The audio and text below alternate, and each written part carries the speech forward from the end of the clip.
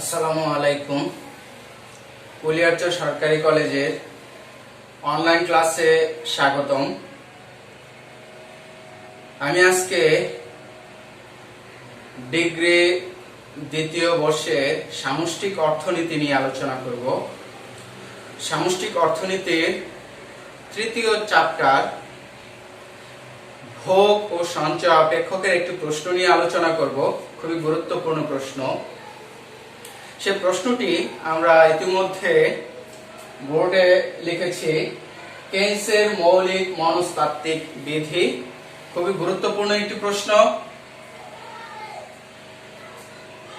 আমরা জানি যে সামষ্টিক অর্থনীতির জনক হচ্ছেন লর্ড জন ম্যানার্ড কেইন্স।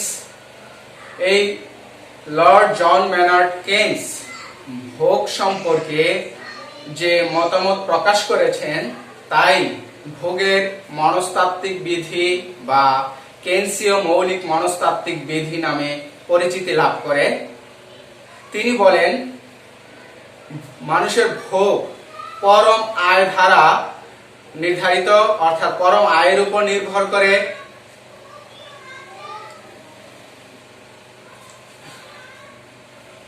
অর্থাৎ মানুষের আয় বাড়লে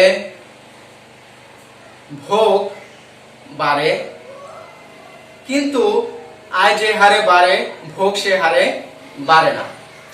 এর কারণ হচ্ছে মানুষ ভবিষ্যৎ সম্পর্কে একটু সচেতন বা একটু দুর্বল থাকে। অর্থাৎ ভবিষ্যতে কোনো বিপদে আপদে পরিবার বা সন্তান সন্ততি যেন সম্মুখীন না হয়, তার জন্য ভবিষ্যতে কিছু সঞ্চয় করে রাখেন। সেই কারণে মানুষ তার আয়ের সম্পূর্ণ অংশটাই ভোগ করেন না, তার কিছু অংশ সঞ্চয়ের জন্য রেখে দেয়। অর্থাৎ ভবিষ্যতের প্রোটেকশনের জন্য যে অর্থ রেখে দেয় সেটাই হচ্ছে সঞ্চয়। আর সেই কারণে মানুষের আয়ের একটা অংশ সঞ্চয় চলে যায় বলে ভোগ আয়ের সমপরিমাণে বাড়ে না।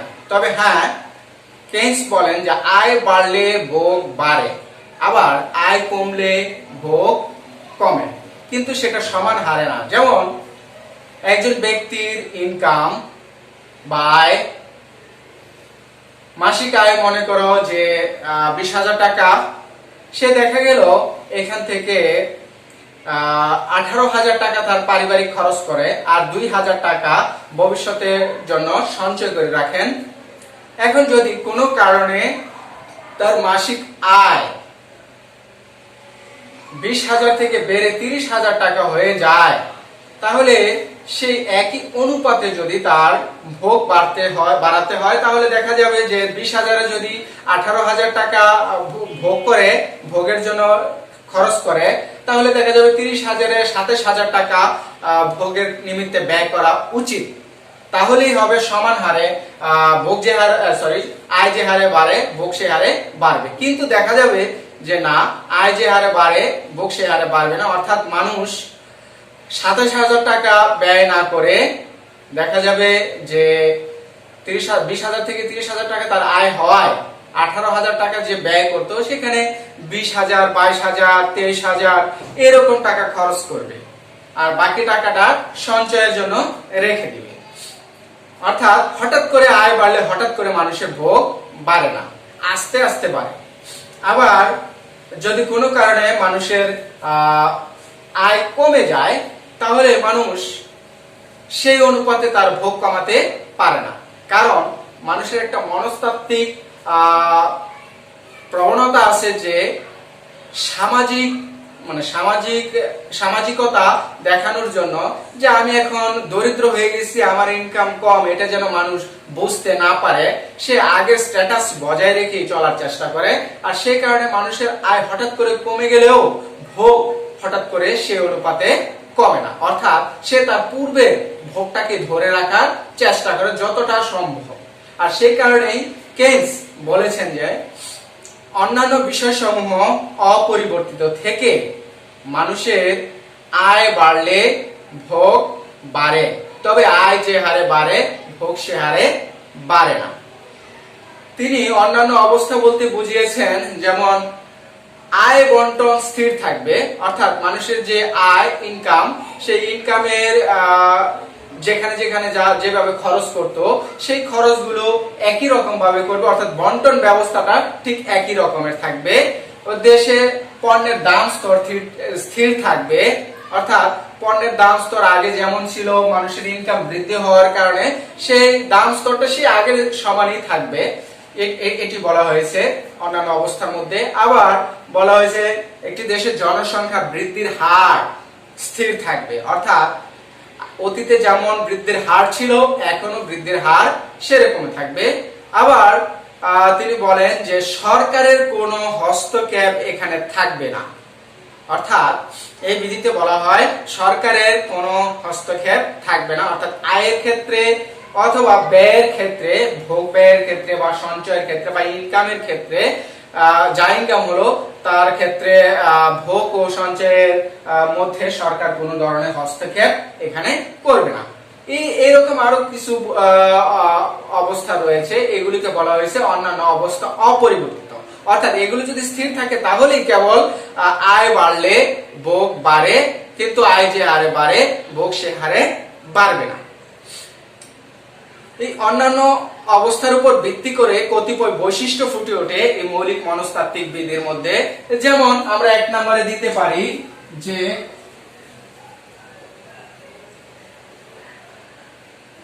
ভোগ পরম আয়ের উপর নির্ভরশীল,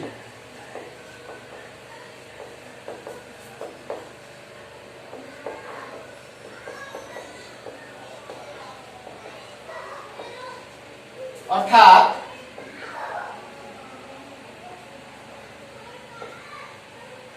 C equal function of y, ভোগ আয়ের উপর নির্ভরশীল। এগুলো হলো বৈশিষ্ট্য।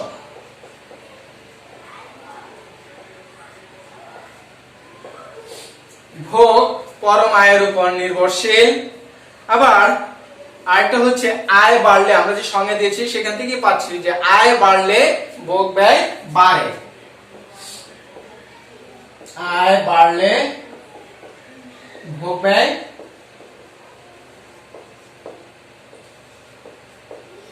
বাড়ে, অর্থাৎ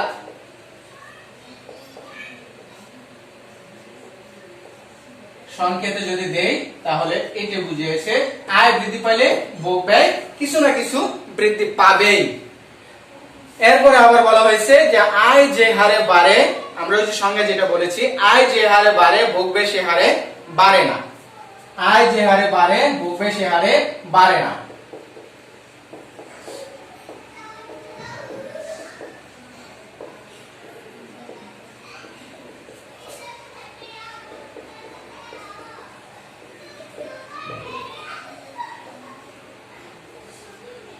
অর্থাৎ তার চেয়ে কম হারে বাড়ে।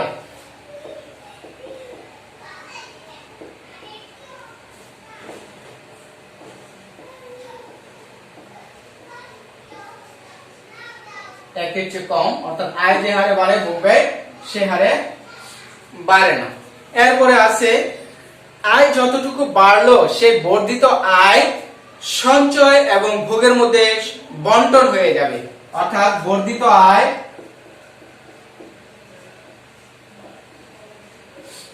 ভোগ ও সঞ্চয়ের মধ্যে বন্টিত হয়ে যাবে, বন্টিত হবে, অর্থাৎ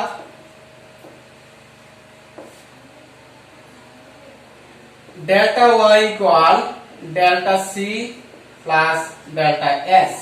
বর্ধিত আয় সমান সমান বর্ধিত ভোগ, মানে ভোগ বাড়বে প্লাস সঞ্চয় বাড়বে। যতটুকু আয় বাড়বে, মনে করো আয় বাড়লো 100 টাকা, তাহলে ভোগ বেড়ে গেল 80 টাকা, সঞ্চয় বেড়ে গেল 20 টাকা, তাহলে বর্ধিত আয় 80 আর 20 অর্থাৎ 100 এরকম। আচ্ছা, এরপরে আরো আসতে পারে যে আয় বাড়লে ভোগ ব্যয় এবং সঞ্চয় উভয় বৃদ্ধি পায়। আয় বাড়লে ভোগ ব্যয় ও সঞ্চয় উভয় বৃদ্ধি পায়।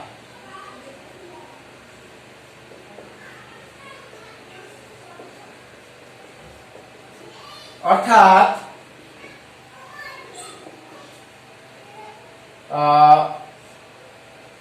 Delta C delta Y is greater than 0 ও delta S delta Y is greater than 0। আয় বাড়লে বুকে বাড়ে, আয় বাড়লে সঞ্চয় বাড়ে। তাহলে আমরা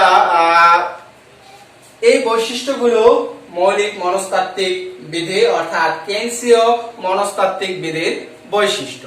এখন এই বৈশিষ্ট্যের আলোকে একটি সমীকরণ প্রকাশ পায়। এই বৈশিষ্ট্যের আলোকে একটি সমীকরণ প্রকাশ পায়। সমীকরণটি হলো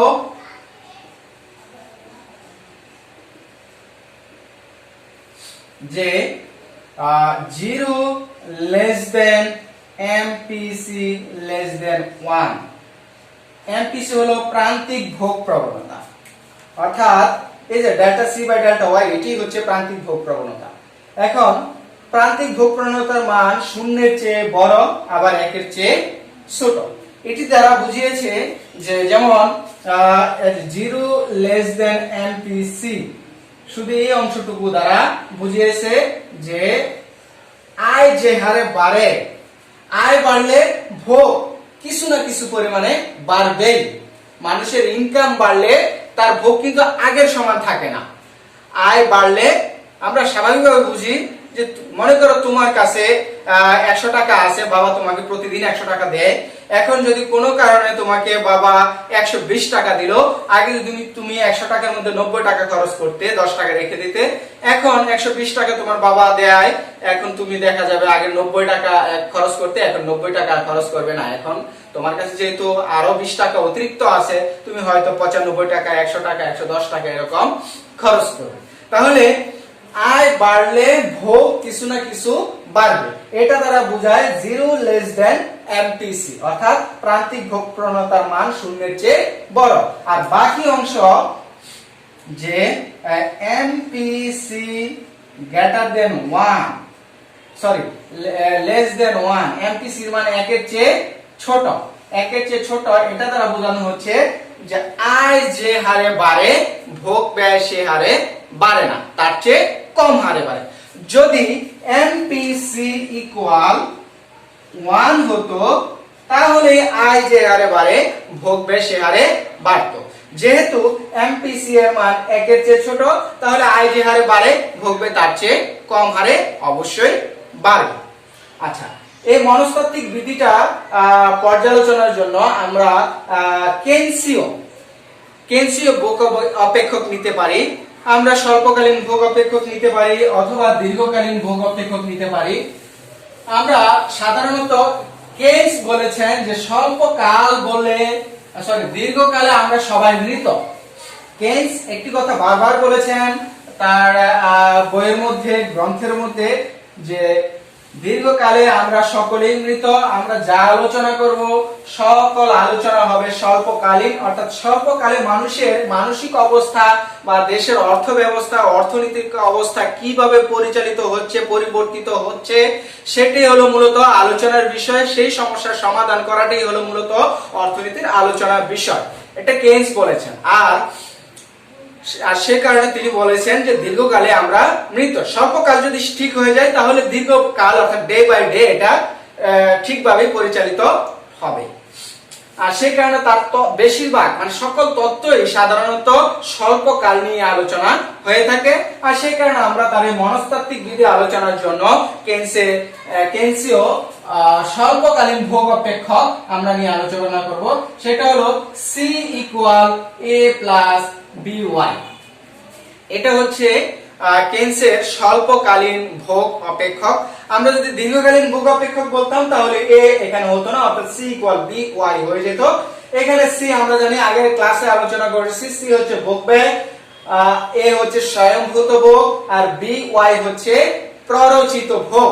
এখানে শুধুমাত্র বিটা হলো এই যে একটু আগে লিখেছিলাম এমপিসি, বি হচ্ছে এমপিসি অর্থাৎ প্রান্তিক ভোগ প্রবণতা।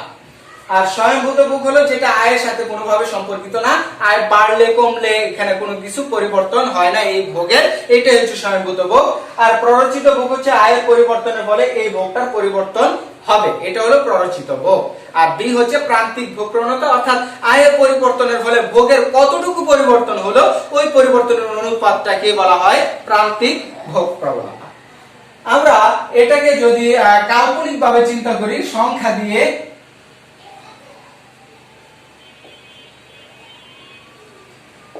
কাল্পনিক ভাবে একটি সংখ্যা দিয়ে আমরা বিবেচনা করি c ইকুয়াল 150 প্লাস 0.5y। আমরা এরকম একটা সমীকরণ নিই, আরো একটা সাথে নিতে পারি, দুইটা সমীকরণ নিয়ে পাশাপাশি আলোচনা করি, তাহলে তোমাদের বুঝতে সহজ হবে। 50 plus 0.75y, c equal 50 plus 0.5y, আর একটা নিলাম 50 প্লাস 0.75y। তাহলে এই যে সমীকরণ নিলাম, এই সমীকরণ a হলো এই 50 b হলো 0.5 একবার, আর একবার 0.75 নিলাম, আর y এর y একই রাখলাম। এখন এই সমীকরণ দুটির আলোকে আমরা সহজেই এই মনস্তাত্ত্বিক বিধিটা আলোচনা করতে পারি, অর্থাৎ ওই যে আমরা পাঁচটা বৈশিষ্ট্য দেখিয়েছি ওই বৈশিষ্ট্যগুলো আমরা এখানে ব্যাখ্যা করতে পারি। এই বৈশিষ্ট্যগুলো ব্যাখ্যা করাটাই হচ্ছে আমাদের মৌলিক মনস্তাত্ত্বিক বিধির আলোচনা। এখন আমরা যে প্রথম সমীকরণটা থেকে মনে করো একটা সূচি তৈরি করি।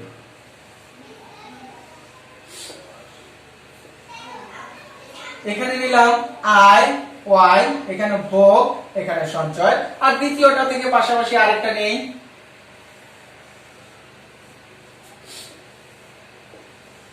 এটা ওয়াই, এখানে ভোগ, আর এখানে সঞ্চয়, সি ভোগ, এস সঞ্চয়, সেভিং।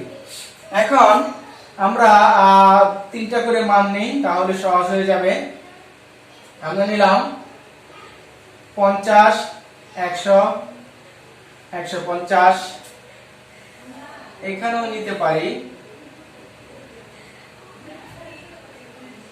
সরি এখানে 50, 100, 150 নয়, আমরা নেই 0, 100, 200, এটা তো নেই 0, 100, 200। এখন চলে আসি সি আমাদের কত হয়, সি আরেকটা জানি আমরা সঞ্চয়ের সমীকরণ আমরা জানি যে y ইকুয়াল, এই যে একটু আগে বলেছিলাম সঞ্চয় হলো ভোগ, সরি আয় হলো ভোগ এবং সঞ্চয়ের সমষ্টি, তাহলে সঞ্চয় অপেক্ষকটা হয়ে গেল y মাইনাস c, অর্থাৎ c টাকে এই পাশে নিয়ে আসলে মাইনাস হয়ে যাবে আর s থেকে যাবে, তাহলে s equal y by c, y minus c।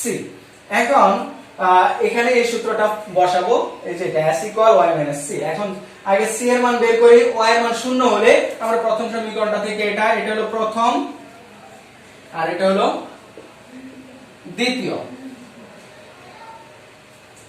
এখন যদি y এর মান 0 বসে, 0 এর সাথে 0.5 কে গুণ করলে হয় 0, 0 এর সাথে 50 যোগ করলে হয়ে গেল 50। আবার এবার যদি 100 বসাই, y এর মান 100 গুণ হবে 0.5, 100 কে 0.5 দ্বারা গুণ করলে হয়ে যায় 50, এখন এখানেও 50, এখানেও 50 হয়ে গেল 100।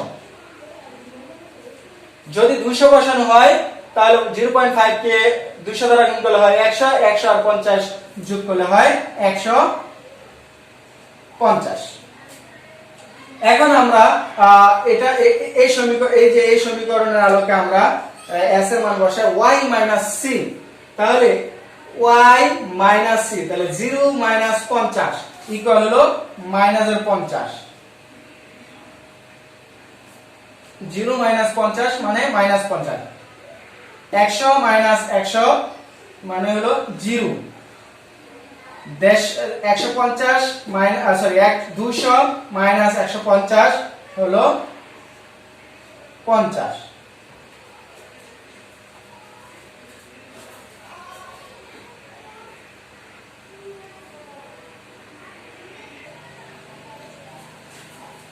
এখন দ্বিতীয় সমীকরণের আলোকে যদি আমরা এখানে বসাই, তাহলে আসো 0 হলে 0 কে 0.75 দিয়ে গুণ করলে হয়ে যায় 0 0 আর 50 যোগ করলে হয় 50। আবার যদি 100 দ্বারা গুণ করি তাহলে 0.75 0.75 কে 100 দ্বারা গুণ করলে হয় 75 75 আর 50 125। আবার যদি 200 দ্বারা গুণ করি 0.75 কে হয়ে যায় 150 150 আর 50 হয়ে যায় 200। আরো একটা সংখ্যা নিয়ে নিই আমরা,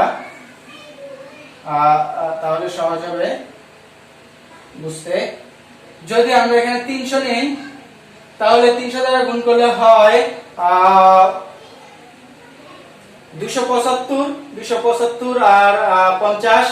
300 দ্বারা গুণ করলে 3 5 15 3 7 21 22 225 225 আর 50 যোগ করলে হয় 275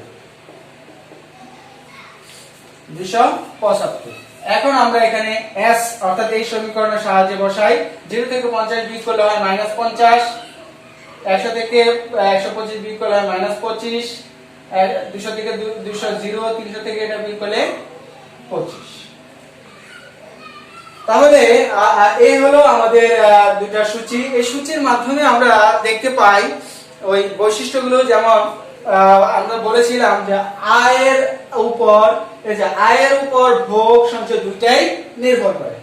আয় যদি বাড়ে ভোগ সঞ্চয় দুইটাই বাড়ে, কারণ আয় যদি আমরা না বসাই তাহলে ভোগ বের করতে পারি না, সঞ্চয় বের করতে পারি না। তাই আমরা বলতে পারি আয়ের উপর ভোগ ও সঞ্চয় উভয় নির্ভর করে।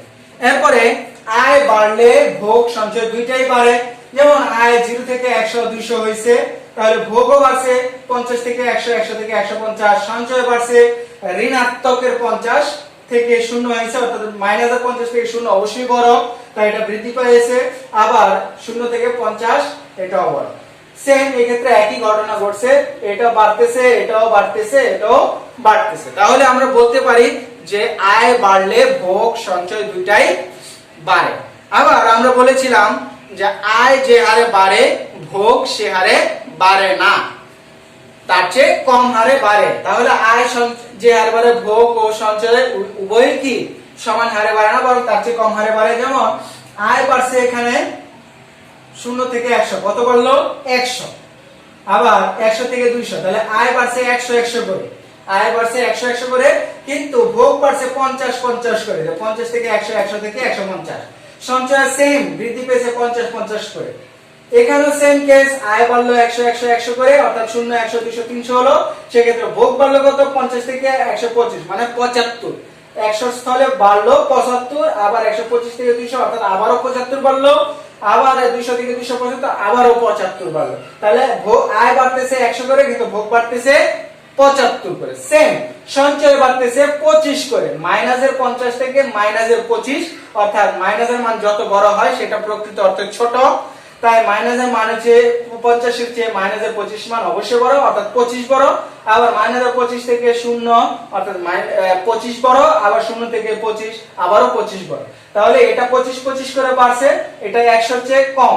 আবার এটা 75 75 করে বাড়ছে, এটাও 100 এর চেয়ে কম। অর্থাৎ আয়টা যে মানে আয়টাকে সঞ্চয় এবং ভোগের মধ্যে বন্টন হয়ে গেছে। তাহলে এই বৈশিষ্ট্য এখানে হয়ে গেল যে আয় বাড়লে ভোগ সঞ্চয় উভয় বাড়ে। আবার আয় যতটুকু বাড়ে ততটুকু ভোগ ও সঞ্চয়ের মধ্যে বন্টিত হয়ে যায়। যেমন আয় হলো 0, তাহলে 50 আর 50 যোগ করলে হয় 0, 50 আর -50 যোগ করলে হয় 0। এখানে ফল হলো 100, 100 আর 0 যোগ করলে হয় 100। এখানে 200, 150 আর 50 যোগ করলে হয় 200। সেম কেস, এরকম 50 50 বিয়োগ করলে 0, 125 থেকে 25 গেলে 100, 200 আর 0 যোগ করলে 200, 275 থেকে 275 আর 25 যোগ করলে 300। তাহলে দেখা গেল যে আয় যতটুকু বাড়লো সেটা ভোগ এবং সঞ্চয়ের মধ্যে বন্টন হয়ে যায়। তাহলে এই বৈশিষ্ট্যগুলো আমরা এখান থেকে বুঝতে পারলাম, অর্থাৎ ভোগের মৌলিক মনস্তাত্ত্বিক বিধি অর্থাৎ কেন্সীয় মনস্তাত্ত্বিক বিধি এখানে দেখানো হয়েছে। অর্থাৎ ওই ভোগের যে বৈশিষ্ট্যগুলো, কেন্স যে বৈশিষ্ট্য কথা বলা হয়েছে, অর্থাৎ মনস্তাত্ত্বিক বিধি যে সংজ্ঞাটা দিয়েছেন, মূল কথাটা হলো এই যে মানুষের আয় বাড়লে ভোগ বাড়ে, তবে আয় যে হারে বাড়ে ভোগ সে হারে বাড়ে না। এখন আমরা এটাকে একটু চিত্রভিত্তিক আলোচনা করতে পারি। যেমন এটা থেকে আমরা একটা চিত্র আঁকি, তাহলে আমরা সহজে আবার একটু ব্যাখ্যা দিয়ে দিতে পারবো। এই হলো ভূমি অক্ষে আয়, লম্ব অক্ষে হলো ভোগ এবং সঞ্চয়। এখন আমরা আয় হলো 0, 100, 200 সমান ব্যবধানে 100, এই হলো 200, এই হলো 100, এই হলো 200 আমাদের আয়। আর ভোগ হলো 50 করে দেওয়া হয়েছে, 50, 100, 150, 50, 100, 150। সঞ্চয় 50, 0 -50, তাহলে নিচে আরেকটা মাইনাসের 50 নিয়ে নিলেই হয়ে গেল ভোগ আর সঞ্চয়ের হিসাব। এখানে চলে আসি, আগে আয় দিয়ে ভোগ রেখাঙ্কন করি। শূন্যতে ভোগ হলো 50, শূন্যতে ভোগ 50, এই যে এখানে এই বিন্দুটা। 100তে 100, তাহলে এই যে 100, এই হলো 100তে 100। আবার 200তে 150, এই হলো 200,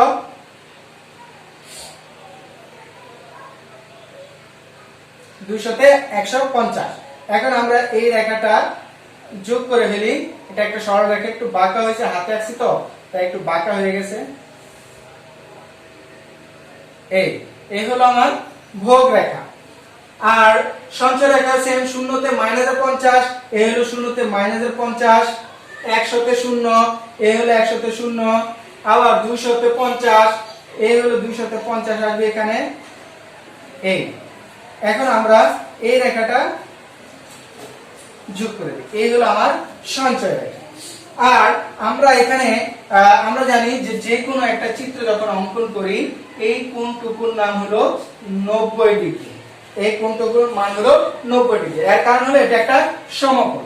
আর আমরা জানি এই কারণে এটা 90 ডিগ্রি, কারণ আমরা জানি একটা বৃত্ত হলো 360 ডিগ্রি। তাহলে 360 ডিগ্রিকে যদি অর্ধেক করি, তাহলে এই অর্ধেকের মান হয়ে গেল 180 ডিগ্রি। এই 180 ডিগ্রিকে যদি আবার অর্ধেক করি, তাহলে এখানে হয়ে যাবে 90 ডিগ্রি, এই পাশেও 90 ডিগ্রি, এই হলো 90 ডিগ্রি। তাই একটা কোণ হচ্ছে আমাদের 90 ডিগ্রি। আর এখন এই 90 ডিগ্রির মাঝখান দিয়ে যদি একটা রেখা অঙ্কন করি, তাহলে সেটা হয়ে যাবে 45 ডিগ্রি রেখা। অর্থাৎ এখান থেকে আমরা একটা মাঝখান বরাবর একটা 45 ডিগ্রি রেখা অঙ্কন করলাম। অর্থাৎ 45 ডিগ্রি রেখার প্রত্যেকটা বিন্দুতে ভোগ এবং আয় সমান, সঞ্চয় এবং আয় সমান। 45 ডিগ্রি মানেই হলো এই পাশের মান আর এই পাশের মান সমান থাকবে। সেই কারণে ইহা 45। যেমন এই যে এই বিন্দু দিয়ে গেল, এই পাশে আছে 100, এই পাশেও আছে 100, সেই কারণে এটা 45 ডিগ্রি রেখা। এখন আমরা দেখতে পাচ্ছি যে ভোগ রেখা এবং সঞ্চয় রেখা, দুইটা রেখাই 45 ডিগ্রি রেখার নিচে অবস্থান করছে। এর কারণ এটা দ্বারা বোঝানো হচ্ছে যে 45 ডিগ্রি রেখার মানে হচ্ছে যে আয় যে হারে বাড়ে, ভোগ বেশি হারে বাড়বে। যেমন 45 ডিগ্রি রেখা এখানে ভোগ 100, আয় 100, এটা দ্বারা বোঝানো হয়েছে। এটা ভোগ 100, আয় 100, যেমন এই যে 100, 100, তাহলে এই 45 ডিগ্রি রেখার প্রত্যেকটা বিন্দু ভোগ এবং আয় কি থাকবে? সমান থাকবে। কিন্তু ভোগ রেখা দেখা যায় এখানে সমান, কিন্তু এর পরবর্তীতে দেখা যায় 45 ডিগ্রিতে এই জায়গায় আসলে ভোগ এবং আয় সমান হতো, কিন্তু আমাদের ভোগ রেখাটা তার চেয়ে নিচে আছে, বিন্দুটা। তার মানে দেখা যায় 45 ডিগ্রি রেখার নিচে, মানে হলো আয় যে হারে বাড়ে, ভোগ ব্যয় সে হারে বাড়ে না। তাহলে মনস্তাত্ত্বিক বিধি আমরা পেয়ে গেলাম যে আয় বাড়লে ভোগ বাড়তেছে, কারণ ভোগ রেখাটা ঊর্ধ্বগামী। আয় বাড়লে ভোগ ব্যয় বাড়ে। রেখা যদি ঊর্ধ্বগামী হয়, তাহলে একটা বাড়লে আরেকটা বৃদ্ধি পায়। তাহলে আয় বাড়ছে, ভোগও বাড়ছে, তাই রেখাটা ঊর্ধ্বগামী। আবার আয় যে হারে বাড়ে, ভোগ সে হারে বাড়ে না। এর কারণ হচ্ছে আমরা দেখতে পাচ্ছি ভোগ রেখাটা 45 ডিগ্রি রেখার নিচে অবস্থান করে। তাহলে আমরা নিশ্চয়ই বুঝতে পারলাম যে কেলসের মৌলিক মনস্তাত্ত্বিক বিধি অথবা ভোগের মৌলিক মনস্তাত্ত্বিক বিধি, তিনি বলেছিলেন যে মানুষের আয় বাড়লে ভোগ বাড়ে, কিন্তু আয় যে হারে বাড়ে, ভোগ সে হারে বাড়ে না। কারণ ভবিষ্যতের জন্য রেখে দেয়, ভবিষ্যতে যেন সমস্যা না পড়ে, সেই কারণে মানুষ তার আয়ের একটা অংশ সঞ্চয় হিসেবে রেখে দেয়। প্রিয় শিক্ষার্থীবৃন্দ, আমরা নিশ্চয়ই এই প্রশ্নটা সম্পর্কে বুঝতে পেরেছি, এবং এই প্রশ্নটা অবশ্যই আমরা একটু মনোযোগ সহকারে দেখব, শুনব, কারণ এই প্রশ্নটা ডিগ্রির জন্য খুবই গুরুত্বপূর্ণ একটা কোশ্চেন। সুতরাং আমরা এটা ভালোভাবে দেখবো, এবং শুধু এটা না, পূর্বের যে ক্লাসগুলো নিয়ে আলোচনা করছি সেগুলো আমরা বারবার দেখব, বা আমরা ওয়েবসাইট থেকে বা ইউটিউব থেকে আমরা ডাউনলোড করে রেখে দিলে বারবার আমরা সেটা দেখে আয়ত্ত করে ফেলতে পারবো।